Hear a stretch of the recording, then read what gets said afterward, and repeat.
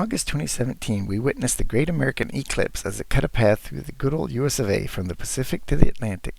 We kept checking the Great American Eclipse website, greatamericaneclipse.com, to see when the next eclipses would occur in America that we could plan to experience. This website listed 2 eclipses widely viewable across North America within a few months of each other. The first was on October 14, 2023, and was an annular solar eclipse that would start in the Pacific Ocean off the coast of Oregon and proceed southeast across the country to the Gulf of Mexico off the coast of Texas. The second was a total eclipse that would start in the Pacific Ocean off the coast of Mazatlan, Mexico, and proceed northeasterly to the east coast of Canada, passing over many central and eastern states along the way. For the first eclipse, we took a divide and conquer approach. While Rick viewed it from the Crater Lake National Park, Oregon, Bob viewed it from the Natural Bridge National Monument in Utah. He intended to get an image of the eclipse under one of the natural bridges. Our sister Randy and her husband Mark decided to view it from a sort of space-related place, Roswell, New Mexico. Afterward, we got together in December and compared the results. Rick has already posted his video on YouTube about viewing the annular eclipse from Crater Lake National Park in Oregon. For the total eclipse in April 2024, we decided to experience the eclipse together. So during that family gathering in December, we started seriously talking about a place we could all enjoy the viewing. Originally, I thought about Eagle Pass, Texas, because it would be the first place within the United States to view the eclipse, and it would be the longest lasting for U.S. locations. But then we thought lots of people might have the same idea, so we looked for a place that would avoid the crowds but still have plenty of viewing time. Texas and Arkansas were getting a lot of notice, but in looking at the animation showing the path of totality, I noticed that it nicked the southeast corner of Oklahoma.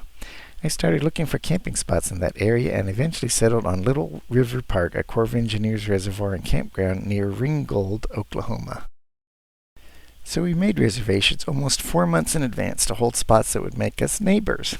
We reserved 6 days from the 4th to the 10th of April 2024, so we could arrive early and do some scouting out for good spots to observe the eclipse. The predicted time for our location was 13:48 Central Daylight Time, and it would last 4 minutes and 18 seconds.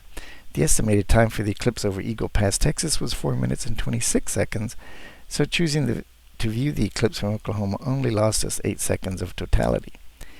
After our scouting of locations and checking weather forecasts, we decided we could stay put and not have to travel at all. In looking at the map, we discovered that we'd be viewing the eclipse from the Choctaw Nation. Halito. The evening before the eclipse, we did this time-lapse of the setting sun in preparation for the next day. The day of the eclipse, April 8th, started out cloudy. We couldn't see any blue sky except for way off at the horizon. We were dreading the distinct possibility that we could miss the eclipse entirely due to the clouds. Bob was panicking and suggesting we start driving to another spot farther east. As the morning progressed, though, the cloud cover got thinner so that as the time of the eclipse started, we had a good view. And then there was the diamond ring just before totality. During totality, the clouds were just thin wisps that didn't block much light. So our day worked out fine. Then we witnessed the diamond ring on the other side of the sun, meaning totality had ended. We only had a few other campers around the Little River campground, and nobody had to go anywhere to see it. The plan succeeded.